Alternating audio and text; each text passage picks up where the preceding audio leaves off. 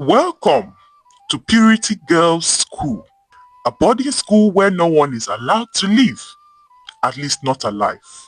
Many years ago, in the city of Yenegua, Bayelsa State, there lived a couple named Priye and his beautiful wife Tamara, the jewel of the masses. They were wealthy people who lived in a palace surrounded by tall fence like a roko tree and guarded by very big dogs the size of a tiger. They had heavy security with scary faces and tough bodies like that of bouncers.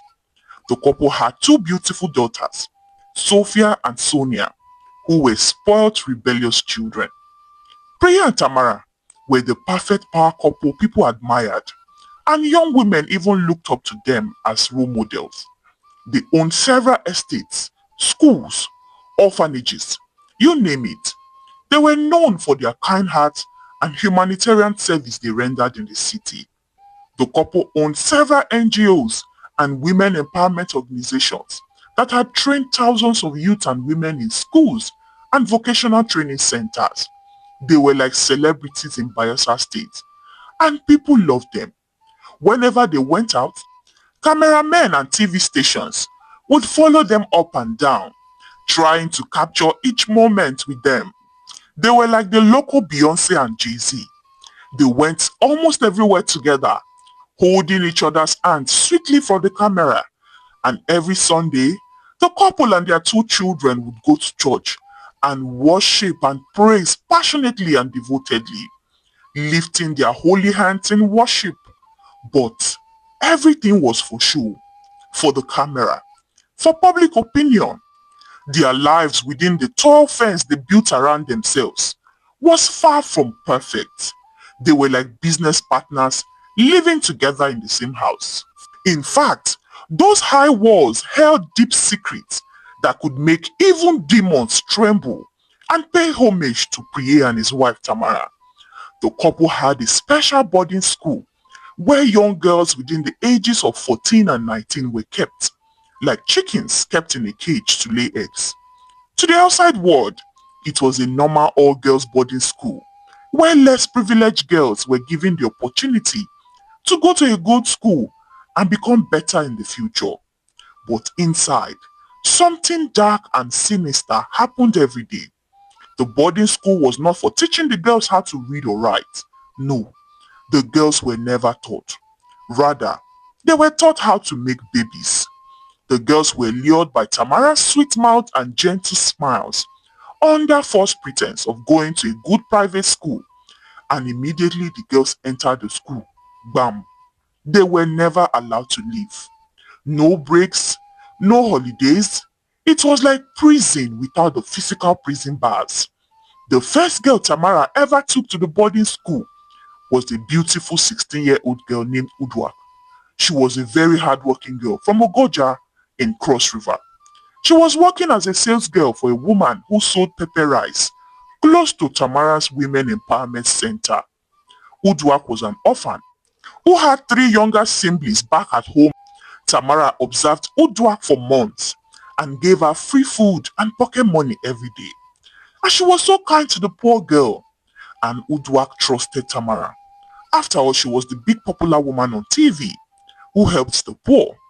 Udwak felt privileged that Tamara even took notice of her. Then one day, Tamara approached Udwak and told her about the special boarding school where she could go to school and get a good job after graduating to help her siblings. Udwak, unsuspecting of Tamara's evil intention, was very happy to hear the news. Her madam never sent her to school.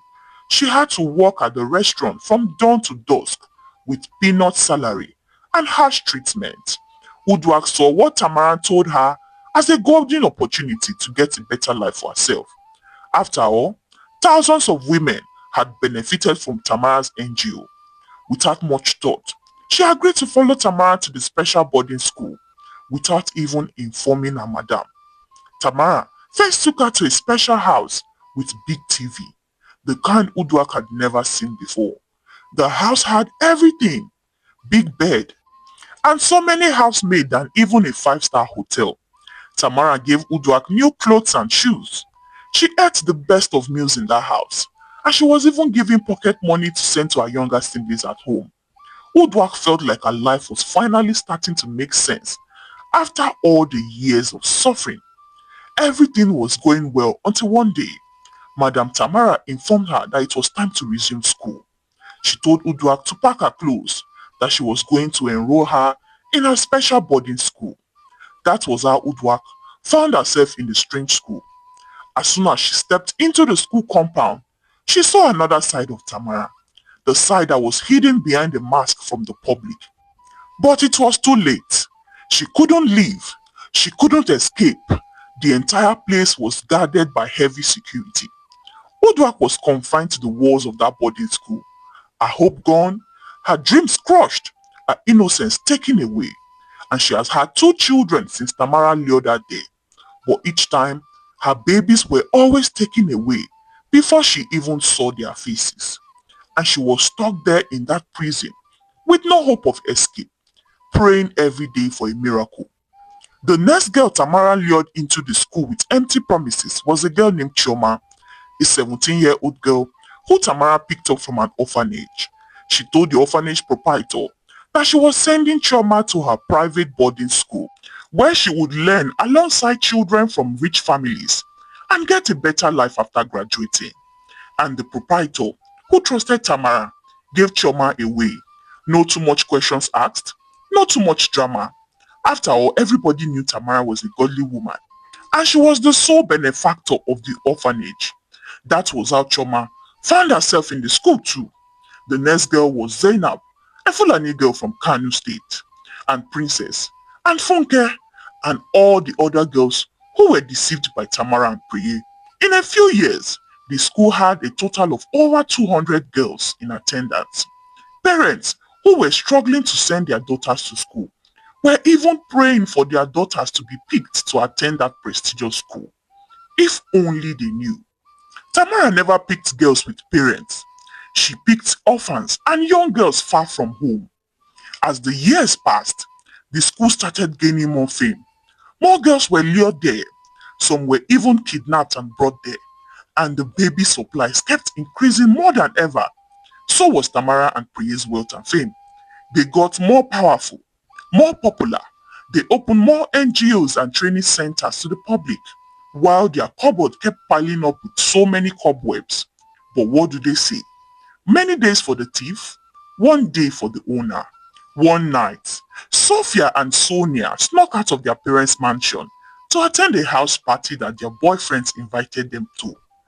Priye and Tamara were fast asleep, oblivious to the fact that their precious daughters were out partying. When they got outside their gate, their boyfriend picked them up with a car and they all went to the party together. That night, they danced and drank until their head began to spin. They had the time of their lives, but something happened that night. Their boyfriend added strange pills to their drink that made them lose their senses and eventually lose their consciousness. The boys carried the girls to the car waiting outside, and they sped off into the night to an unknown destination. Apparently, the boys worked for Tamara, and their job was to deceive young girls and lure them to the boarding school, unbeknownst to them that Sophia and Sonia were Tamara's daughters. By the time the girls woke up, they found themselves inside a strange all-girls boarding school, Purity Boarding School, the school created by their evil parents, and the girls were stuck there like the other girls and were forced to endure the hardships the other girls endured in the school. Meanwhile, back at Tamara's mansion, the next morning came. Tamara went to the girls' room to wake them up for school, but by the time she got to their rooms, she was met with emptiness. The girls were long gone. That day, they searched everywhere, turned the whole house upside down, but couldn't find their daughters. After hours of searching, Priya used his connection to get the police and private investigators to start the ultimate search, but they found nothing. Priya and his wife were thrown into chaos. They thought that maybe their girls were kidnapped. But one day passed, 3 days passed, and 1 week passed, and they didn't hear anything from the girls nor their adopters.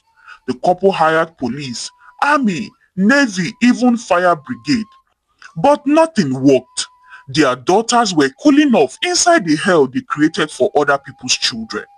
After about 2 weeks, Tamara's blood pressure shot through the roof in panic. They invited their pastor to come and fast and pray for their daughter's safe return.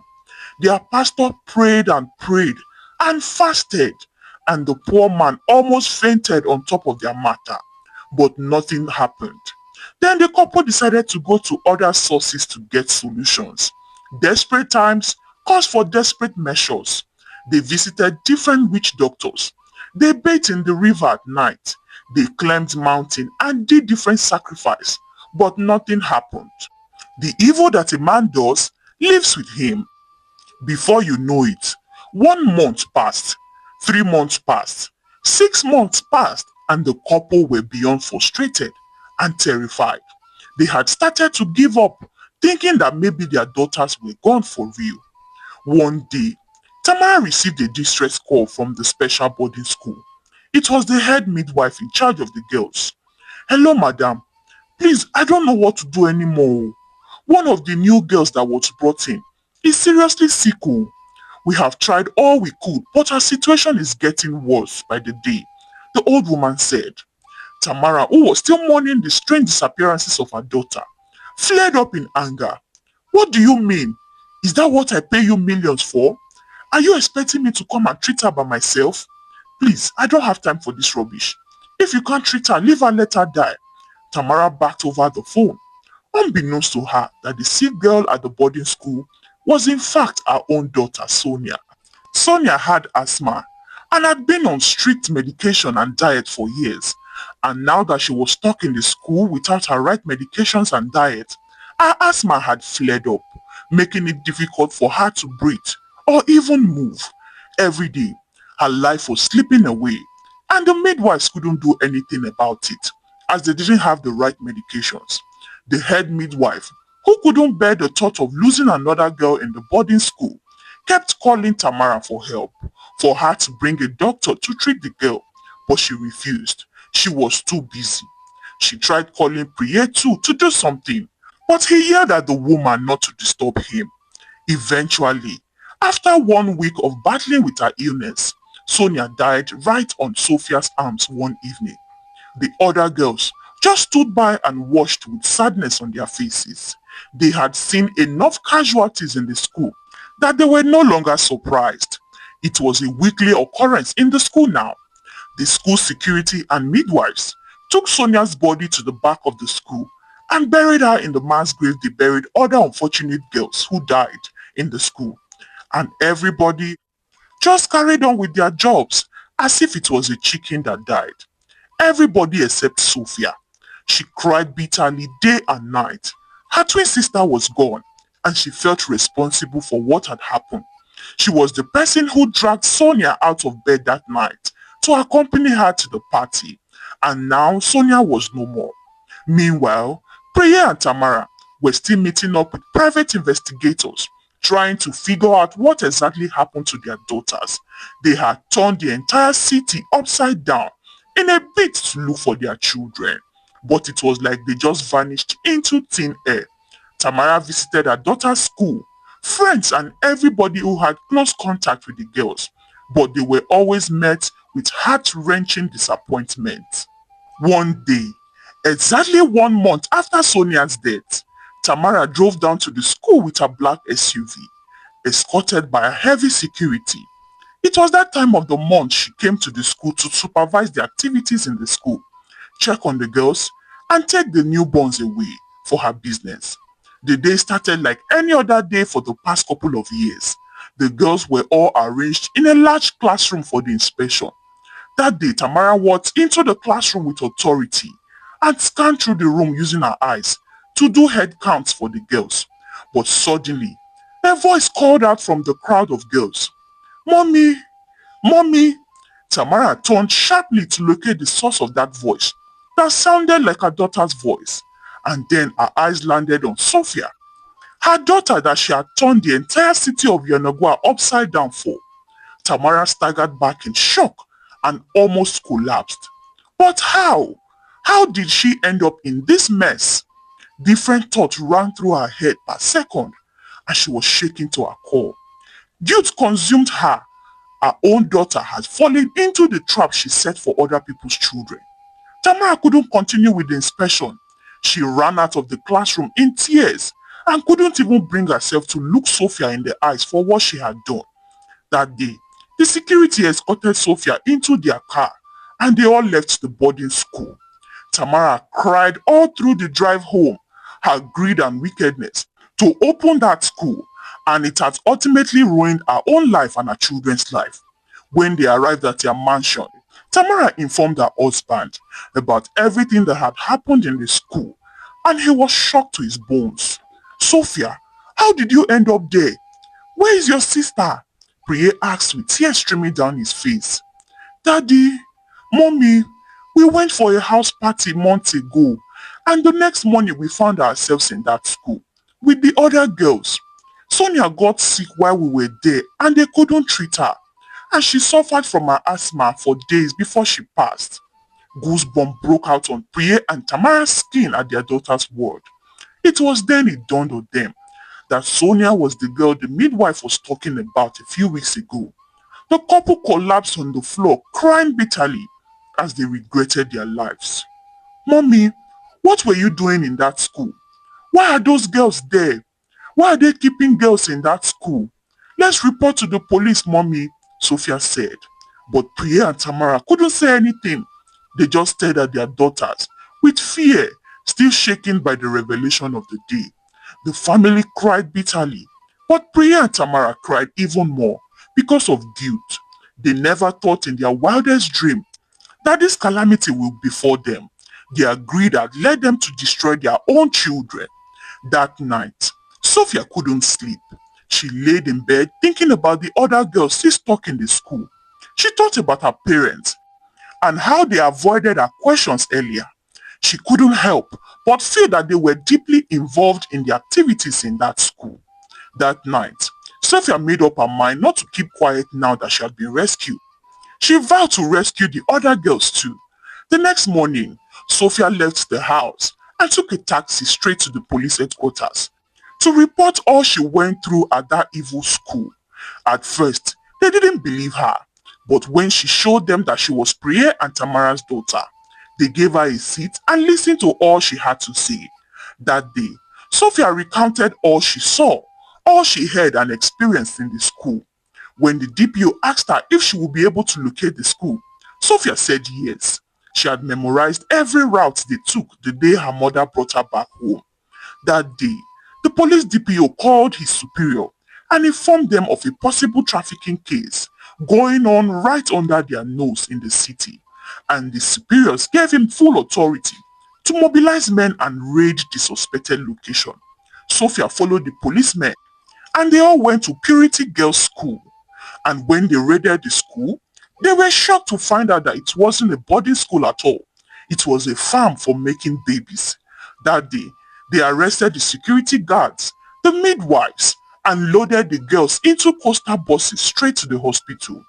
In a few hours, the news outlets and social media had picked the news of the cruel things that happened inside the school, and people were shocked to their bones.